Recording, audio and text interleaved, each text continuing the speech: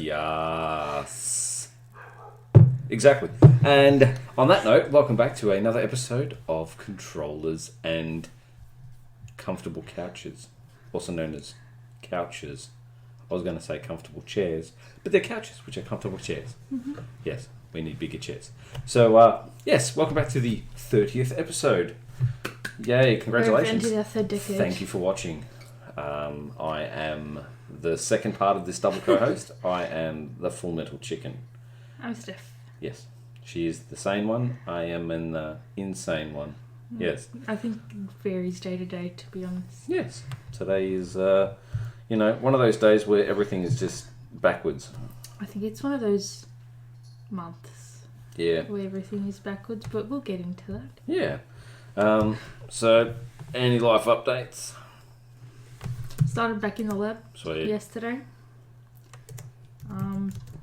Just figuring stuff out, addressing reviewers' comments.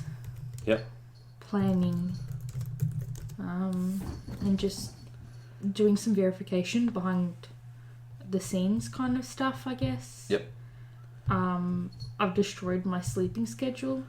Yeah, sick bunny rabbit. I don't even think it's just been that. I think just this last week, especially the last 2 days, I've had less than 5 hours sleep between Sunday night and Monday night.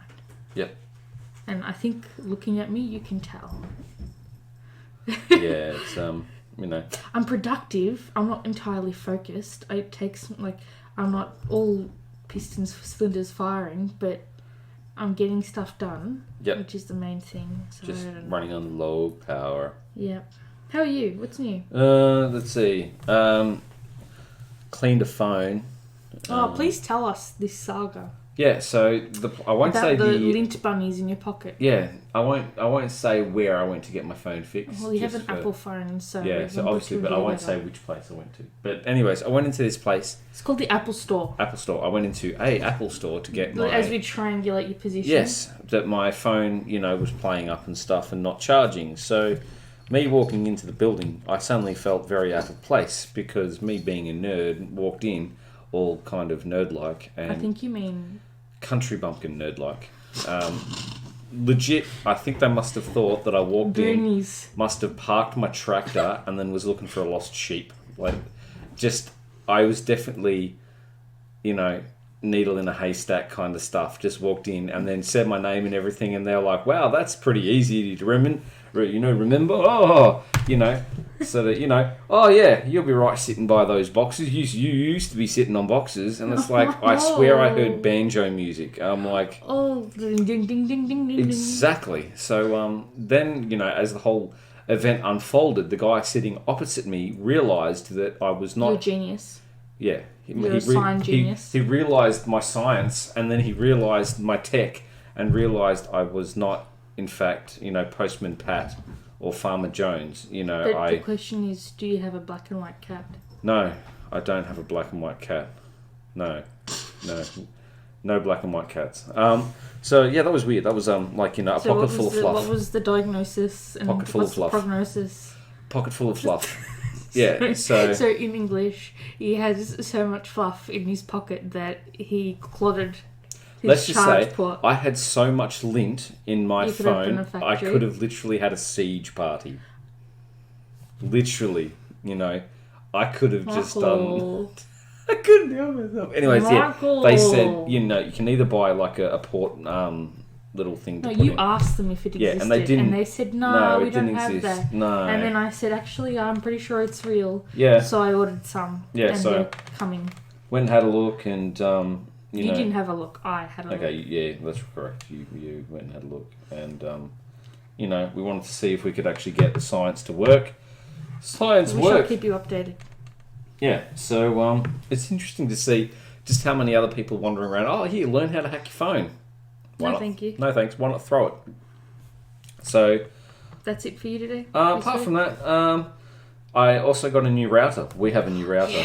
Because the router kind of was on its last legs. 8 years, did a good job. It's just the latency was high. Then I realised even with the new one... We're not going to tell you what one we upgraded to.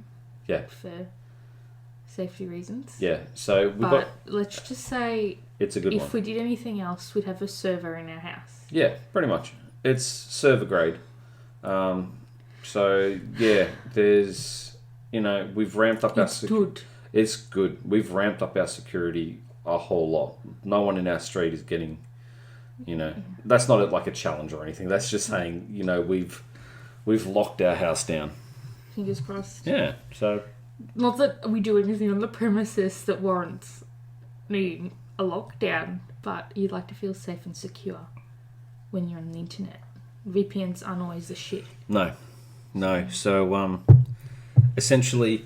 And Centacom did it... the whole story of getting it, though, like, you had one specific in mind, and then the smart thing to do is to go to Officeworks. So we went to Officeworks, and there was this cool guy. What is his name? Adam or Jake? Or John? I think it was Jake. And he was there, and he was nice. He had a chat, and he was like, "Hey, if you need my advice, let me know." Blah blah blah. He was also really impressed about the lifespan of the last one. And as soon as we started talking to tech, he knew he we was weren't like, idiots. he had the exact same one as me. And then so we went to the counter because they didn't stock the one we were after, and then so I went to the counter and I spoke to the lovely lady there, and I said, "Hi, sorry if this is a stupid question. Can a customer just walk in off the street and special order a product that you don't stock in your catalogue, online or in store?" And then she goes, "Yeah, we can do that." And then I obviously had the product on my phone, and she typed some letters into her keyboard. And then she's like, "Oh, no, I can't do this because we don't have this product." And it's like... To which I was in my head going, "You don't say, but okay." Yep. And then I figured, all right, let's just... In Australia, if you're not from Australia, you don't go to Harvey Norman. No. Because they're overpriced. They don't know what they're talking about, and they're very rough. Yeah. With their stuff. It just gets tossed around, and they're very notorious for having showroom stock, which is fine if it's in working order. What they do is they get showroom stock and they brand it and sell it at a marked up price as if it wasn't, and they just have a lot of issues, and their warranty is not so good, even though people pay twice as much for the warranty at other places. So just for shits and giggles and to cover the basis, we went in there, and the guy thought I was there to rob the joint. Yeah, that was funny. And then when I said what I was after, he goes, "Oh, I'll have a look." And then he was absolutely dismayed and didn't pester us again. And then I had a look online, and Centacom had it. And we went to Centacom, and they were like, "We don't actually have it right now, but, and they've gone, "Well, can you order it if I ask nicely?" And he goes, yeah, I can do that. And what turned out to be, it could be 3 to 4 days. It was dead on 3 days, weekend included. Exactly on 3 days. So, yeah, brilliant customer service. Nice dude. Setting up was slightly stressful. But everything, no dramas. Yeah. Yeah, so that was a good experience. Back up and running. Yep. So now we just got to... wait for the... Yeah. In quotation marks, new internet. Yeah. That's going to be fun. Have you gamed? I played some tanks for like a minute, then I had an update on my laptop, and then... Was it any better with the updated ping? A little bit, yeah. For anyone wondering, we went from 115 millisecond to 15, 16. But the averaging out was about 350 mil. Before. Millisecond. Yeah, so... Before this one, so... It was, a bit better. Apparently it's double XP this weekend. Yeah. Did you play? No. For Modern Warfare. Yeah, that's the one. I dabbled in a few games, but the lag was killing me. So... Not today. Quizzy quiz? Quizzy quiz. Quizzy. Well, Quizston. You showed me that Show Collectibles has a Baby Yoda collectible, right? Yes. And literally 10 minutes after you showed me that, I found this quiz when I was looking for our quiz for the week. You can find it in our link. In our show. I want to say that I'm very tired. If I sound off, it's not that I don't want to be recording this podcast. I'm sorry. I'm really excited every week to research, record, and edit this. So if I sound extra, non-understandable and can't communicate. Can't I English. promise you I got a H1 on my thesis. I am very good at English and the written word and the spoken word. It's just... So I apologise if I have an off day. Yes. Please forgive me. I am not interested. But anyway, it's in the show episode notes. Yes. Show notes. This quiz will reveal what % Baby Yoda you truly are. Yes. So first, you must choose a Star Wars movie, and the list is The Last Jedi, The Force Awakens, Return of the Jedi, The Empire Strikes Back, A New Hope, Revenge of the Sith. So for me personally, it's Empire Strikes Back. For me personally, Revenge of the Smithy is the one where Anakin dies and becomes the Vader boy. Yeah, it gets turned into Darth Vader boy. Done.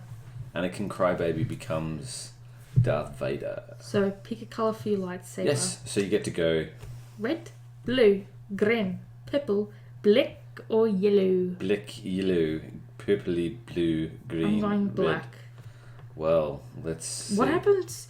What causes the... What are them crystals called? No, Kyber crystals. I was going to say Ethereum. That's not. What cause? I know you have to force them when you're a Sith Yeah. to make them Which is red. get So the what red. makes them black? Oh, yeah. Because the black saber, that was the one where... that's a spoiler alert. But essentially, it's just a little bit shorter Yeah, than the other ones. But it's an ancient black bladed. I'm going for... I already chose black, so it's not like I'm I don't cheating. know much about that one. That's fine. Your turn. Okay, so I'm going for...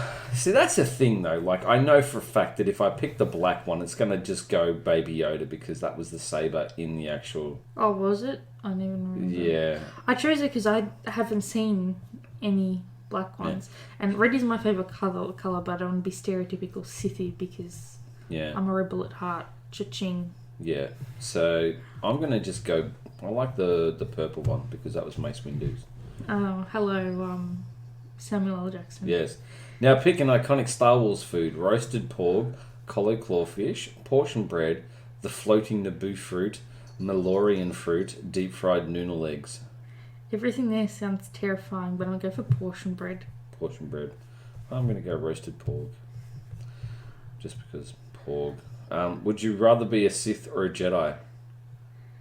Wow, that was, wow. Jedi, right? They're here to save the day. They're here to restore balance to the universe. True, so I'm going a Sith. And then choose your favourite character. You get to choose Darth Vader, Han Solo, Yoda, Rey, Kylo Ren, and Luke Skywalker. I gotta say, just for me, I'm going probably...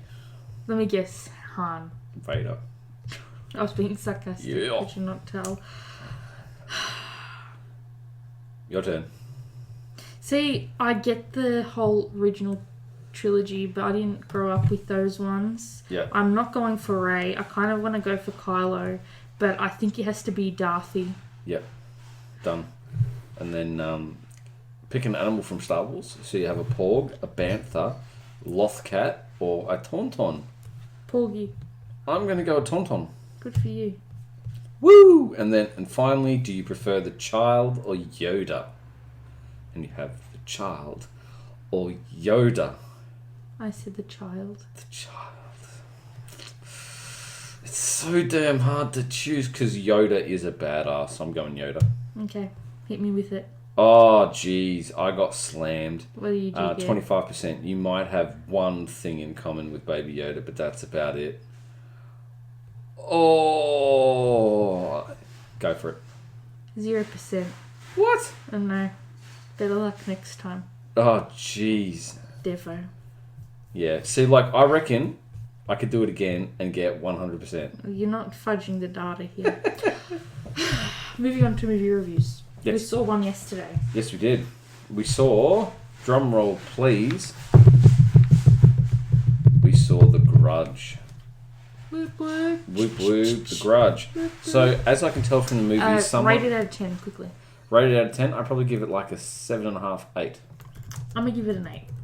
It was, yeah. We ain't going to do spoilers, but let me justify myself, alright? Yeah. long story It's short. not just jump scary. No. There's a story behind it. It's told in a non-linear fashion. Yep. And there's a lot of spooky shit that happens on screen that you really got to search for, like Easter eggs and stuff. Yeah. And I love movies like that where it's not just shit your pants because it jumps out in your face. And you really got to think about it. I'm not saying in some parts it wasn't predictable. Like, when you're watching the movie, you don't know what the end game was. Yep. But as stuff starts happening, you kind of go, oh, that's uncomfortable. I'm going to guess what is going to happen. And even though in some parts that may be predictable, to me it was still really good and enjoyable. I'm not saying it's the best horror movie of all time. It's not the best reboot spin-off of all time. But I did really enjoy it. Yep. So, it's that whole sort of, if someone dies in the grip of extreme rage or sorrow or something, they get stuck. And so essentially the supernatural force is, inhabits, someone or something. And, the first one came out in 2004. Way before my time. Way before that. I think if 2004... How old was I in 2004? I don't even remember. If 2004 Steph watched that movie, 2004 Steph would have shat her pants and her colon at the same time. Did you know at one point it had the highest grossing opening weekend in history for a horror remake? I would believe that. How many Grudge movies are there before this one? Oh, that is... I think... Because this one is a... It's like a spin off, but it's also tied to the main storyline from what I can tell. But again, I haven't watched the other ones. I saw the trailer. I remember the trailer distinctly. Yep. Because it would play on the VHSs, I think, or DVDs, or whatever the hell. But yeah. Yeah, because essentially it was... The original one was The Ring. And then The Ring went on to Ju-on, The Grudge. So there are 3 Grudge movies: The Grudge, The Grudge 2, The Grudge 3, and now this thing. Yeah, and I had Sam Raimi working on it too. And they had the guy from The Nun, which you pointed out. Yeah, that was fun. We really liked The Nun. Yeah. So that was that. That's it for me. Yeah, so we saw that, and then we again saw the trailer for Invisible Man, which comes out this Thursday. Yep. Again, probably going to be a shit in my pants. It sounds like one of those movies that plays loud noises at the same time as the jump scare. Yeah. And so we were watching this week's movie, and I was like borderline, because it weren't loud noises per se. It was there or it wasn't, or it was just off screen or it wasn't. Exactly. So I don't know how I'm going to go with that one. There was just nothing to, further gauge on, but I think seeing everyone else in the movie, no one was stuffing around with their phones or anything. They were all just, ooh. But did you feel kind of like it was boring? Like, not boring, but it dragged? It a did little drag. bit. Like, I feel like 3/4 of the way through, during that lapse phase, and you know which part I'm talking about, where they jump back and forth between the timelines, and you're like, God, how many other characters they're going to introduce? Yep. Can you just start wrapping it up? I was kind of a bit like, guys, tick-tock, tick-tock. Yeah, it's getting dark. Yeah, and that part did lag. But and then I had to be home alone by myself. Yeah, after the movie, so... Ooh. Yeah, much scares. So, no, apart from that was good. Good movie. But, yeah, it'd be interesting to see how it goes from here. But there was a few people that were talking afterwards saying, oh, let's go watch Paranormal Activity and all that sort of stuff. So I'm like, oh, yeah, good luck. Not today. No. So, yeah, I think... And the next one I was thinking about going and seeing was maybe 1917. Just for some long pan, single pan war shots. They said that Dunkirk was just really boring. They said it was boring because it's cinematography, right? Yeah. You know how the Remnant isn't dialogue? Yeah. It's they're embedding you, immersing you in the environment. That's what that is. Just impact factor. And like, when you see those movies, as someone who is a military genre fan, some movies I can stomach. Yeah. And some shit scares me more than what we watched. Yeah. Watching The Grudge. Like Saving Private Ryan, for instance. I never watched that one. That one is about as close as, actual... Well, this one they actually show the guy in shell shock when he's on the poster. Yeah. That's him. And that's what it's supposed to be, I think, and it's supposed to depict. Am I correct in saying that? And they go through that, and I think that period of time, the people that went there and the people that came back, we can't understand it, and to me that's scarier. Yeah. Than dumb shit. Yep. Absolutely. I don't know. But it's more just, that what may have happened back then, or what happened back then, was a lot. That was horror. That you didn't know whether... Well, that's what I'm saying to you. Like, we walked past the poster yesterday and you brought up going to see it, and I said, I don't think I can stomach it. Yeah. Because it's real. Yeah. It's not bullshit. And at the end of the day, what do I have to complain about in my life? My water's too warm. Yeah. My bed, my cat didn't love me enough today. Yeah, I didn't get a snow cone. Yeah, I forgot my phone charger, or my battery for my phone is only on 90%. Like, what have I got to complain about? And it puts things into perspective, and obviously you need that in life. Yeah, so... But, I don't know. The whole depiction of... But then I say that, and I can watch stuff like Generation Kill, because that's more... It has the light-hearted, more modern, real moments to it, as opposed to you're out there shooting at shit you cannot see. Yeah. And not to say that today's military couldn't die in a split second, but I think that was a different kind of warfare. Yeah, it's, but it's an action-filled movie. That's the thing. It's action-filled with the suspense. And going and seeing The Grudge is a different kind of suspense. It's sort of like throwing in supernatural film noir. Listen, you're watching a woman in a house being haunted and having flashbacks. I won't look at carrots the same way. To a man who is running towards the camera, literally having a nervous breakdown. Yeah. Doesn't know where he is, what's going on, and that happened to someone in real life. Yeah. Many someones in real life. Absolutely. So I can sit here and talk shit. Yeah. Yeah. And that is the difference between supernatural horror and wartime horror movies. So, yeah. Woo. Let's get into the weekly news wrap-up. Number one, there's a ton of shit happening now. It's spread to Canberra. We just want to plug again. Obviously, we're almost halfway through summer, but we're going to keep talking about this as long as the fires are burning. Yep. And that's the Register Fine to Reunite Red Cross. So if you're leaving a fire area, when you have reception or you find yourself able, please register. You will be able to log what fire region you've come from, the event, state, location, the date. And then once you've registered, your family can find you and make sure that you've safely, evacuated and that sort of thing. Obviously, in saying that, it's really stupid because when a fire's bloody burning, reception will be down. Oh, yeah. You may not have access to that sort of stuff, but I feel like everyone's kind of plugging the donation funds, and I feel like less people are talking about this. So that's kind of what I wanted to push. Yep. And then we have two kind of stories at the moment. The first one is some, I want to say arsehole, who drunk drove and mowed down 4 kids, 3 siblings and their cousin. Yep. And essentially annihilated half a family. Which is And horrible. apparently he's, before this event, was a good guy, and he just had a dickhead moment where he decided, nah, I'm safe to drive even though it's 4 times over the limit. Yeah. I'm 5 minutes away from home. Apparently he mounted the curb and gone. like they were, and that's it. So that's really shit.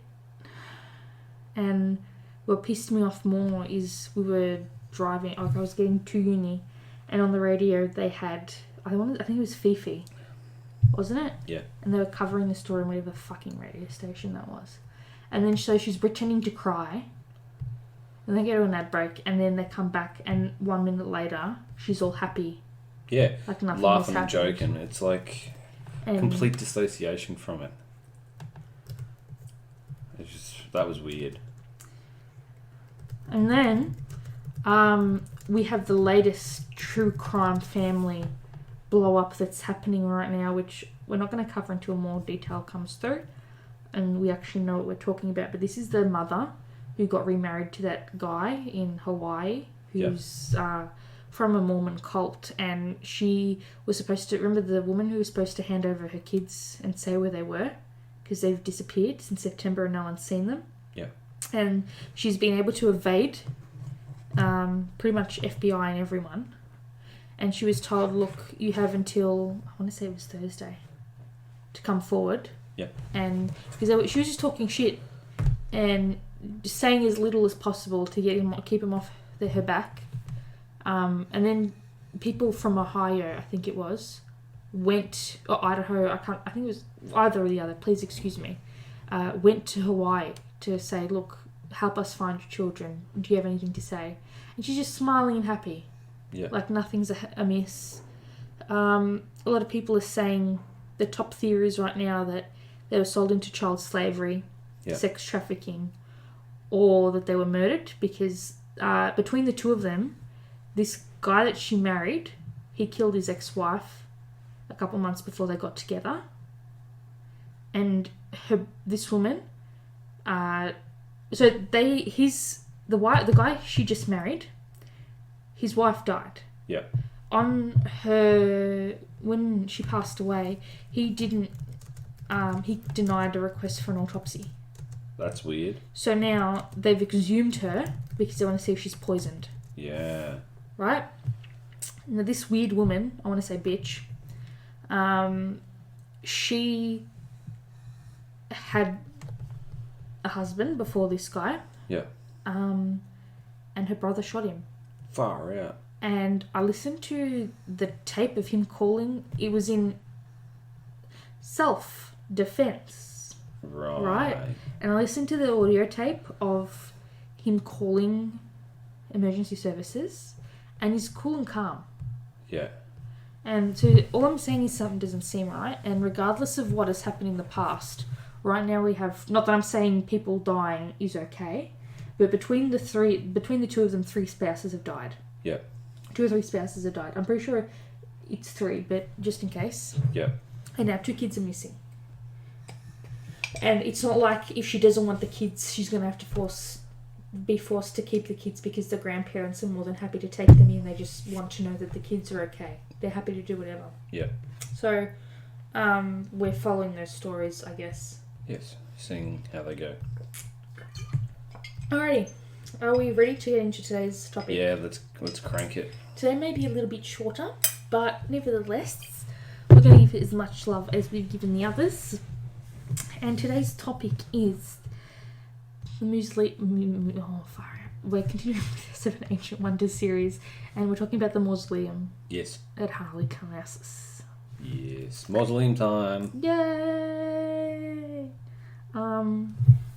So after this, we only have 2 left. Yep. So, whoop whoop. Whoop whoop. So basically, to put this structure in perspective before we get started with all the other ancient wonders that we've covered thus far, the Mausoleum was built 84 years after the statue of Zeus at Olympia, 199 years after the Temple of Artemis, 249 years after the Hanging Gardens of Babylon, and 2,233 years after the Great Pyramid of Giza. Yep. So, there's a lot of back and forth, but it will make sense as I go through. So, this mausoleum, this monument, was built between 553 and 350 BC to house a prince of the Persian Empire and his wife. Jeez. So, it stood at a height of 145 feet, which is 45 meters. And again, I know we've said this for every other ancient wonder we've covered thus far, but can we just please be reminded of huge that monument must have been for the time. Huge. So, another thing that I found really interesting is that the word mausoleum came from the guy who's, I don't want to use the word stored, but who was placed in this monument. His name was Mausoleus, and he was the prince that the Mausoleum of Halicarnassus was built for. Yeah. So, this ancient wonder is a above-ground tomb. So, basically, you know how the Taj Mahal was built for the Empress by her loving husband? Yep. This mausoleum structure was commissioned by Mausoleus' sister wife. Yep. I don't think you got it, his sister wife. Yeah. But I guess, again, that was normal for the time. Yes. Who was his wife and sister, Artemis II. Apparently, she joined him 2 years after he had passed away. Some would say of a broken heart, and she just wanted to make sure her husband's final resting place was completed before she joined him. Yeah. So she wanted no expense spared for her brother husband's final resting place. So she sent messengers far and wide around the known world at the time to source the best building materials each sculptor or builder wanted, and obviously to search for the sculptors and builders themselves. And each sculptor or builder was given a team of workers to complete what they needed, because there was no expense spared, and because there were so many sculptors that came from all areas around the known world at the time. Apparently this was very much reflected in the monument because it had many art styles when it was completed. Yeah. So they said that it was heavily influenced by Egyptian, Greek and Lycian culture. So Lycian is the Persian area for the time, in case anyone doesn't know.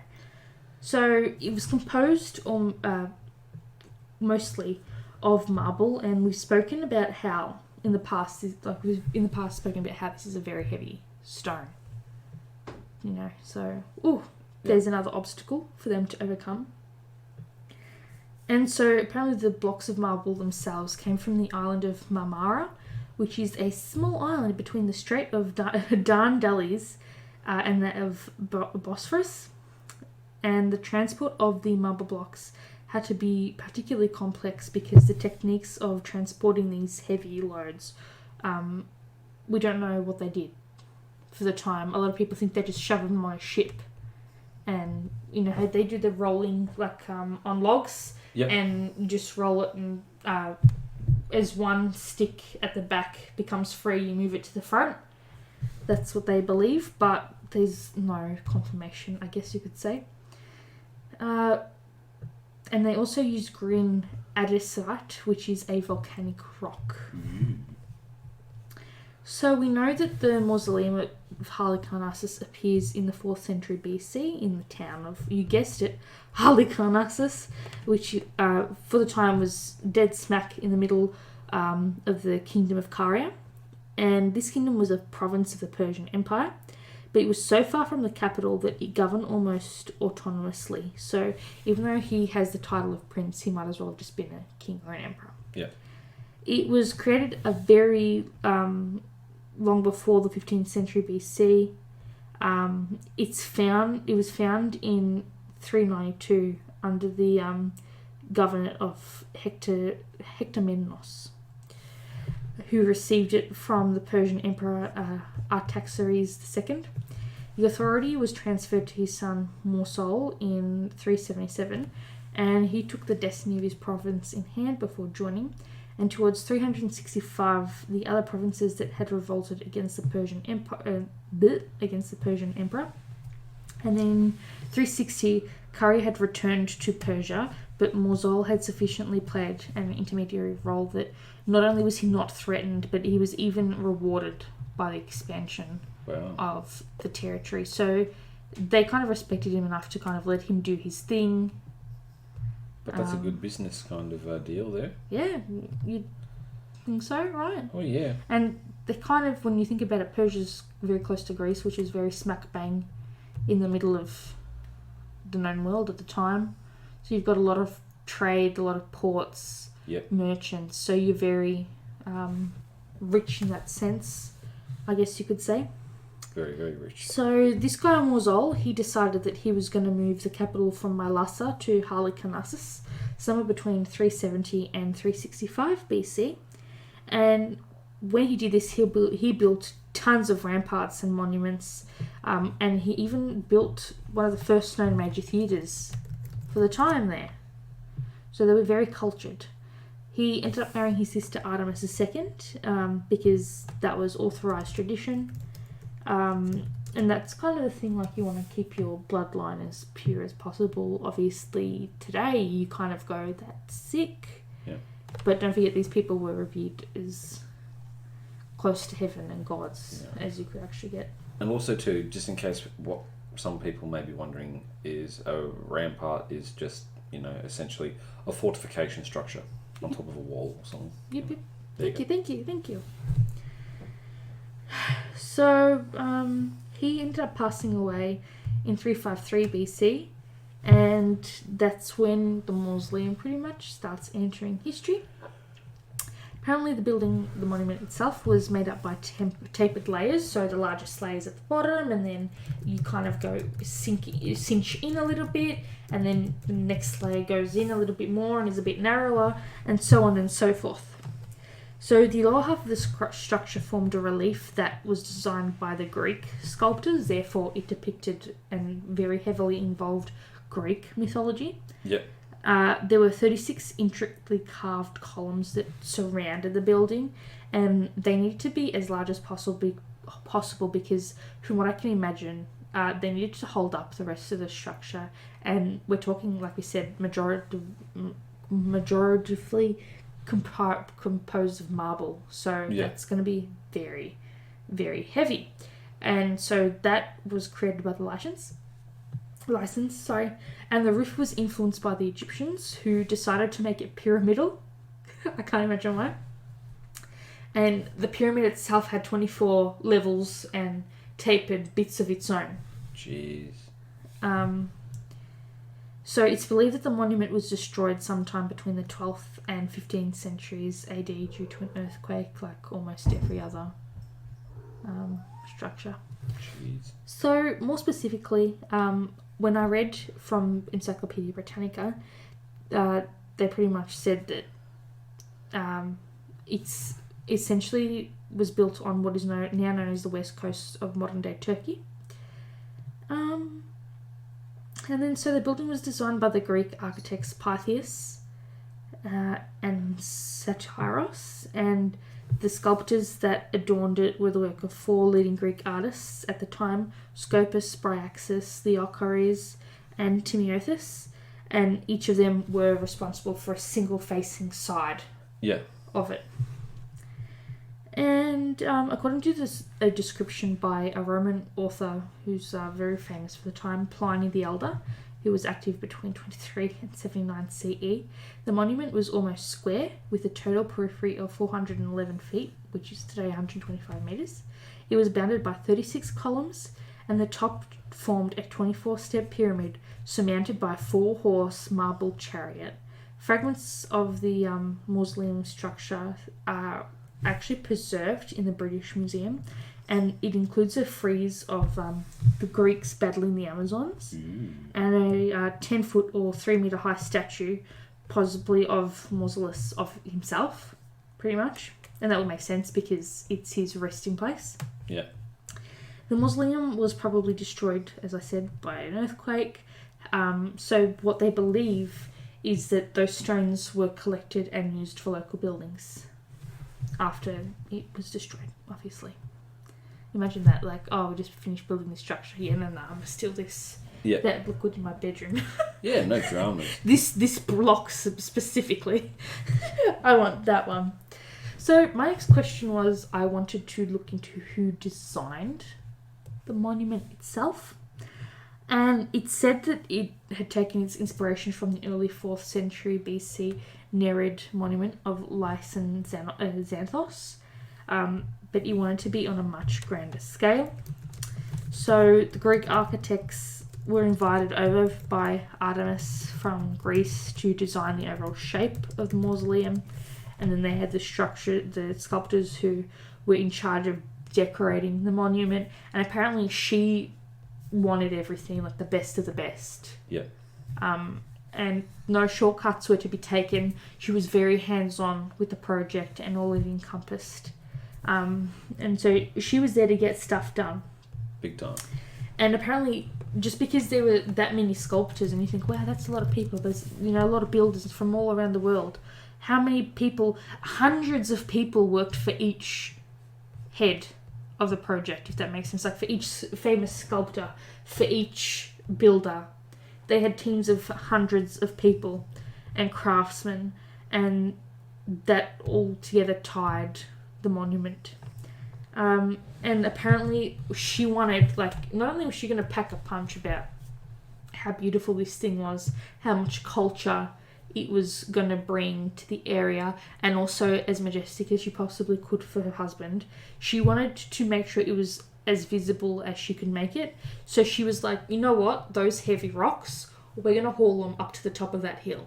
That's not a fun thing to do. So, because she wanted maximum visibility. So they decided to start with the stone platform first, and then they enclosed a courtyard. And then from there they said, hey, maybe we should start thinking about building a flight of stairs. And then the sculptors were like, you know what will look dank across the stairs? Let's throw in some lions. Yeah. Because nothing says nobility like lions. Yeah, and then put wings on them. Yeah. So along the outer walls of the courtyard were various statues of gods and goddesses. So you can think about Greek mythology and all that sort of thing. Yeah. And they had stone warriors that were mounted and stationed at each corner of the courtyard to protect him. Yep, guarding.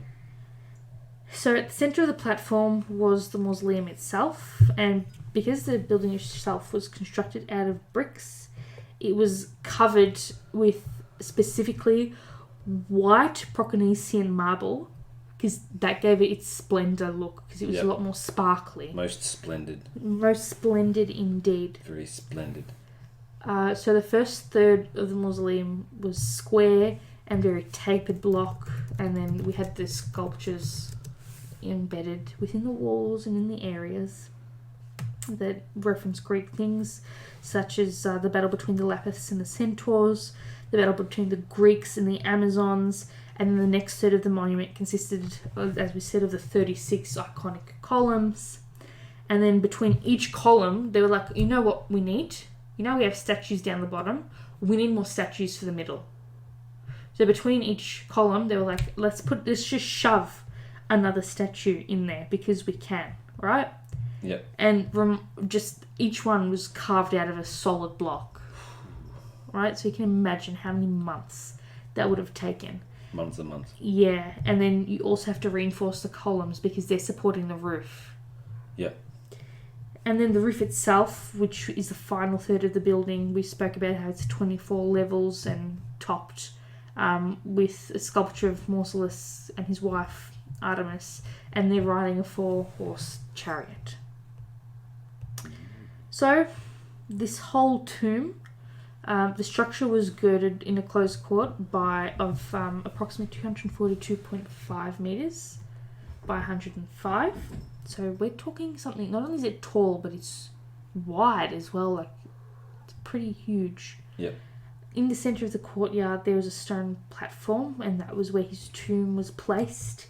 There were stairs flanking, again, stone lines between the platforms, numerous statues of gods and goddesses on the outer walls, stone warriors, this time mounted on horseback to guard the tomb. From lines to horses. Yep.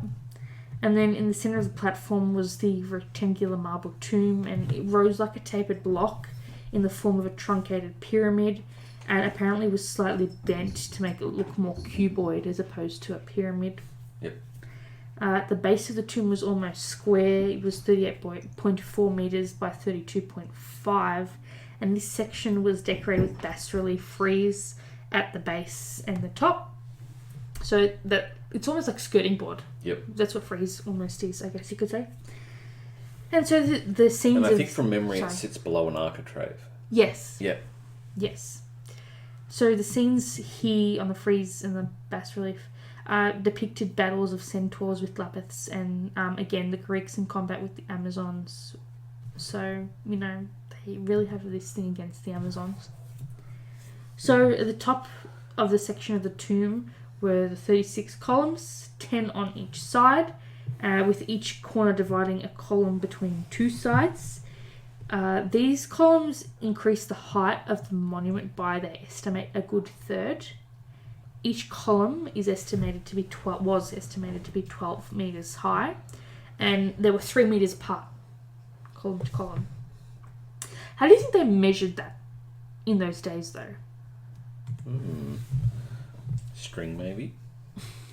Lots of string. Yeah. I guess it kind of seems archaic compared to the Egyptians, who were like, I'm going to hold this pendulum, and that's going to be the centre. Yes.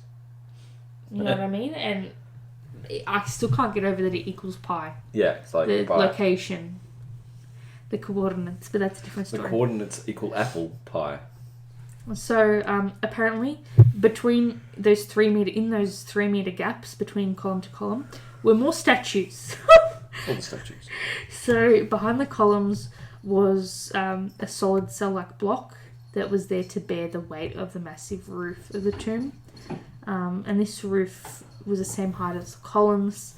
It was pyramidal, again, as we've said, and the highest top point was the pedestal, and it had what was called a quadriga. So it was kind of like flattened, if that makes sense, like more square, the top part, because that's what held all the other kind of chariot things, because they had 4 massive horses. And apparently just that statue of their 4 horses, their chariot, and the couple was 6 meters tall. Ooh. So that's a lot. That is a lot. So if you add everything together, the 13 meter tomb, the 12 meter columns, the 12 meter roof, and the 6 meter quadriga, the total height is approximately 43 meters. Jeez. Right? And it's on a massive hill. Yeah. Like the tallest hill, highest hill in the area. So it's pretty dank, isn't it? Very, very, very much so. Yeah. And, you know, you look at just the architecture with marble and everything, it's a skill and a half. Yeah. And you imagine like, oh, you fucked up, toss that one. Yeah. New block. Oh, you worked on that sculpture for 4 months? No, sorry. Yeah. And, you know, just seeing how a lot of the architecture has just degraded over, you know, the centuries, you sort of go, that's sad. No, 110%. Methinks? Yeah. Because I remember seeing one about, the David statue during World War II. They covered it in bricks to, protect it from bombing raids and stuff. Is it still standing today? Yeah. Still standing. You mean David by Michelangelo? Yes. Yeah. They built like a dome over the top of it to protect it. It's like, because there's some, artwork that is just irreplaceable. Well, that's it, isn't it? Yeah, that's it from that time. You don't have the people. I wonder what things we take for granted today that in 1,000 years' time people are going to say, whoa. Yeah. About, like, what's going to be an ancient wonder to them that we have today? I don't know. It's definitely not going to be football. Anyway. So the funeral chamber was in the centre of the mausoleum, which makes sense because it's his new house in the afterlife, right? So he rested there, and eventually his wife joined him, as we said. Yep. Apparently, to access the funerary chamber, there was a staircase on the west side. Apparently, the foundations of the mausoleum were very deep, and they ran a very long length. And apparently, they actually dug into the rock of the hill. And they excavated 2.4 to 2.7 or 8 to 9 feet deep. Yep. Across the whole rectangle of the area, right? So they really dug this thing in, and the rectangle area that they ended up digging out. So not only did they go deep, but they went wide, right? Yep. And they excavated 33 by 39 meters, or 107 by 127 feet. So, according to Pliny, he also noted that the mausoleum was 19 cubits to the north and south, It was slightly shorter on the other fronts and was 125 metres long and 11.4 metres high, or 25 cubits. So apparently there was this other component called the Pateron, and this Pateron also encompassed the 36 columns above. So it's got something to do with ancient architecture. Everything needs to have columns. Yep. Me no no, I said. Just columns. Just columns, because what else do you do? And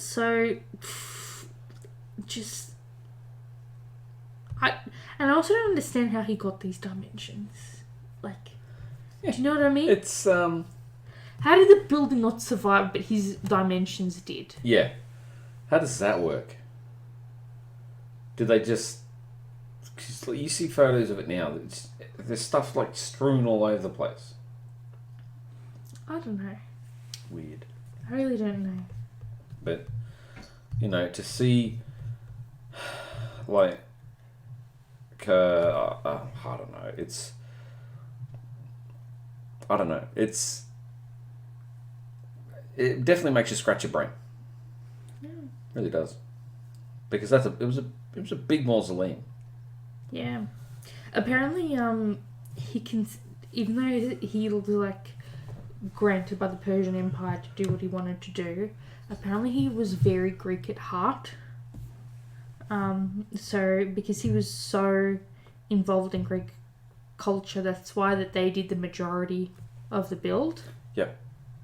For lack of a better term, that's why there was so much reference to all the like the gods and goddesses and mythology and all that kind of thing. So, look, there are so many pictures of the surviving frieze that you can look at online, and just imagine, and this is all life size, if not larger than life size, if you decide to look at these frieze images. Yeah. That apparently are on show, like I said, at the British Museum.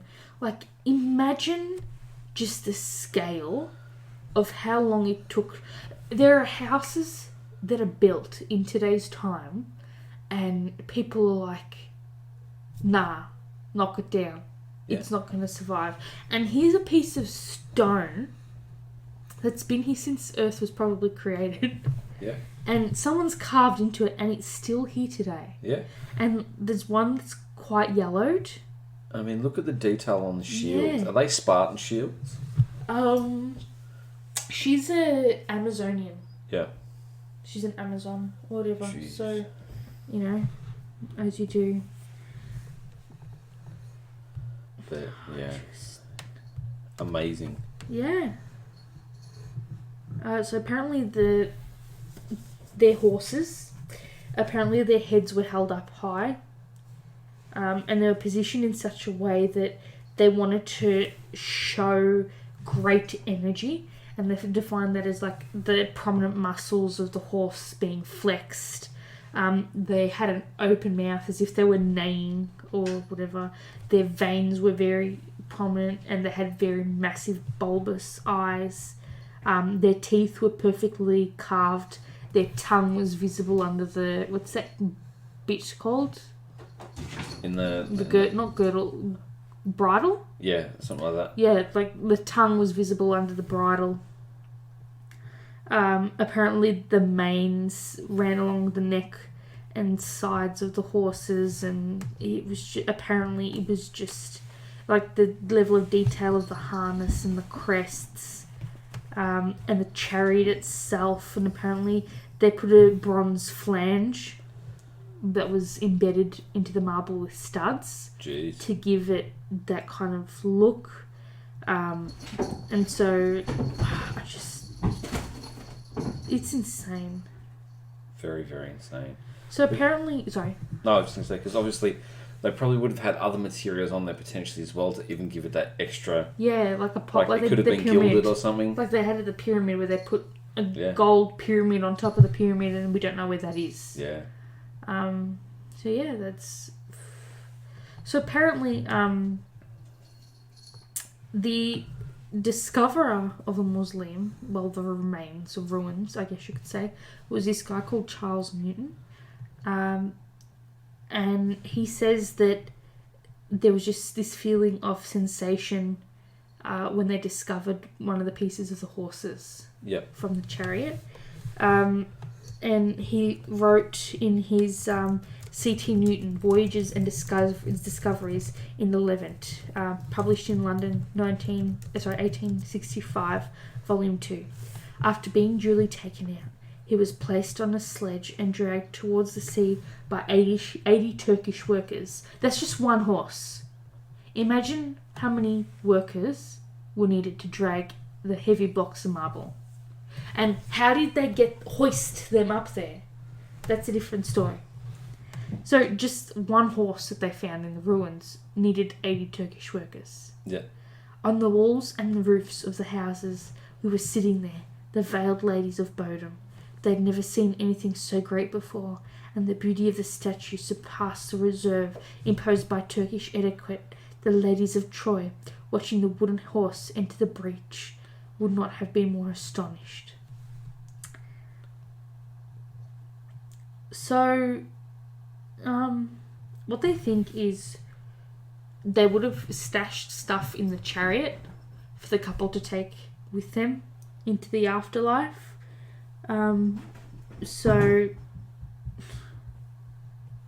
I guess there wasn't really anything verified there, but I thought it was important to kind of talk about.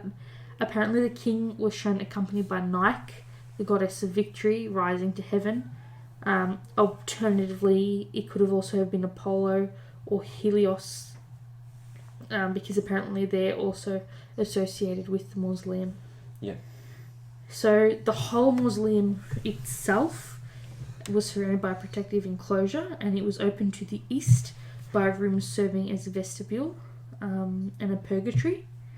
And pretty much the city was separated by that, and there was a garden there, and there was other symbolic stuff within the garden. So you kind of went for it was very spiritual in nature, almost like a church, but more like a, I guess they didn't have cemeteries they would have had cemeteries, but it wasn't like a monument. Yeah. You know, there weren't that many for the time. So, I guess I want to jump back in time to kind of the destruction, because, so apparently it standed through some wars. Yeah. So, Alexander the Great came through several decades after he brought the Hectomanid dynasty to an end, because the mausoleum was around for over 1,000 years. Yeah. During the 13th century, there wasn't just one earthquake that knocked it down. It's believed that there were several earthquakes that first would destroy one column, and then that would take out another column, and they would level out, and then, you know, maybe 50 years later there would have been another earthquake that would have taken another side. Yep. You know, taken another 12 columns down or something like that. So apparently it took a lot of earthquakes for the actual roof and the chariot and the horses to fall. And so apparently by the early 15th century, only the base of the structure was recognisable. And then in 1522, following the rumours of a Turkish invasion, the Knights of St. John used stones from the mausoleum to fortify the walls of their castle in Bodrum. And they used what remaining parts of the sculptures that they could find and grinded the marble into lime to make plaster. And some of the best sculptures that were left were put and mounted into Bodrum Castle. Ew. And then they were later acquired by the British ambassador for the British Museum. So, because they were seized, for lack of a better word, by the British Museum, you can apparently now today see the freestanding statues, some marble relief slabs from the mausoleum, as well as fragments of the huge marble, the four-horse chariot that crowned the roof. in room 21 of the British Museum specifically. Whilst the location of the mausoleum was subsequently lost and was only rediscovered during the 19th century by Charles Newton, he apparently was working for the British Museum. He managed to locate some walls, a staircase, and 3 of the corners of the foundation. He also discovered sections of reliefs that decorated the wall of the building, portions of the stepped roof, a broken chariot wheel from the sculpture, like the chariot, obviously, and 2 statues believed to have been in that chariot, where I told you that, maybe they shoved stuff in the chariot for them to take to the afterlife.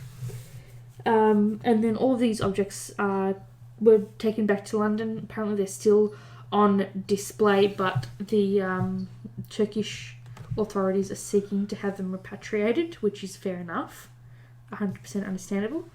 And so these are the last remnants of the mausoleum today. In 2017, it was announced that the mausoleum of Halicarnassus would be revived by the Danish Halicarnassus project. No dates were provided for the restoration. So basically what that means is if they do rebuild it, there's 2 versions, again, similar to the Temple of Artemis, but this time it's thousands of years apart. Yeah, which is going to be crazy. So it'll be a new modern wonder, I guess. Meanwhile, the Culture and Tourism Ministry of Turkey wants to create an open-air museum at what is believed to be the site. So, yeah, apparently they also found that this Knights of St. John of Malta kind of raided. Yep. When they raided through, they took some stuff with them and might have shoved them in like other buildings in the town and whatnot. It's believed that they might have taken some lions, as you do. Because of course, everyone wants a lion, don't they? Yeah. So the site today is just an earth pit because we said they dug into the earth. A few stones, some column drums. So basically, like we said in the last one when we talked about Zeus, yes, you have a column, but that's made up of wheels. And because those wheels are so large, they're more drum-like than wheel-like. So like barrels. So those drums are kind of scattered around. So you kind of left to, in your head, imagine what it looked like, I guess. So today they say it's the 2nd greatest tomb in the world after the Great Pyramids of Giza. Yeah. And what I found out is, you know how we use the word mausoleum in modern day? You know how the monument was named after him because he was Mausoleos? Yep. Now in modern day dictionary, it's come to be used generically for an above ground tomb. Ooh. So that's where the word mausoleum was derived. Which is very cool. And yeah, that's it. Excellent. I feel like as we go on, I feel like after Artemis, the big ones. Yeah, pretty much. And not to say that they're any less important by the first ones that we covered, but there's like less and less information, so I apologise that it's a lot shorter. It's not like I skimped on research. Yep. But if you feel like researching a lot of the stuff, the 7 Ancient Wonders, a lot of the Assassin's Creed games have them, so... And the Civilization games, I come to understand too. Yeah, so that's what I probably should do tomorrow, if I get a chance. Maybe play an hour of Assassin's Creed. Because, you know, at the end of the day, Assassin's Creed is always one of those games where I think being able to actually look at architecture and explore it without actually being there. Level. It's a different level. Like, this is the society we are in today. Yeah. Which is, you know, incredible. So next up, virtual reality. Absolutely. Ready Player One, here we come. I can VR mow the lawn. I don't have time. It's raining. I'm out of fuel. The was broken. Yeah, can't do it. So yeah, that's all I have for you this week. No, that's a good one. Thank you. I just wish a lot of these had been saved, but you realise that a lot of these structures were either destroyed during wars or coup de grace or that sort of stuff. So, you know, they essentially just get bombed out of existence, and then it's like, oh, you know, we're going to dig it all back up again. Are still there. Yeah. for now. But yeah, like, I still stand by the fact that I think they should have the projections Yeah. of what the building look like. Yeah. Like a laser show. Yeah, and have it sit over the... Yeah. As opposed to rebuilding it, per se. Because it's like Stonehenge. And when I found out that they rebuilt Stonehenge, Yeah. you kind of go... No. It lost... Yeah, what it was. itself. Just let it be... If it's a pile of ruins, let it be a pile of ruins. Yeah, don't touch it. Just leave it. But although we will eventually talk about Stonehenge, I think it's quite a magical place. That and Hadrian's Wall. Yes. So, but that's not really a wonder. That's more just a military installation. About it Yeah. in terms of wonders. So just, yeah. We'll get there. We shall. But if anyone wants to see a really cool mausoleum, go watch Hellboy. Yeah. That was a cool mausoleum. Or Indiana Jones. You're talking about the Ark. Yeah. What, Raiders of the Lost Ark. Yeah. Crypts. Everyone loves a crisp. Crypt. I mean, crisp. Crisp. Everyone. Raiders of the Lost Crisp. I found it. It's salt and vinegar. Yeah. So. But that was cool. I guess if you're putting a mausoleum, you're at least that bit more guaranteed to not be built over. Yeah. Queen Vic Market.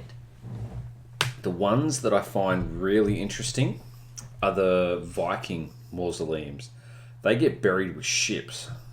No, they get buried at sea.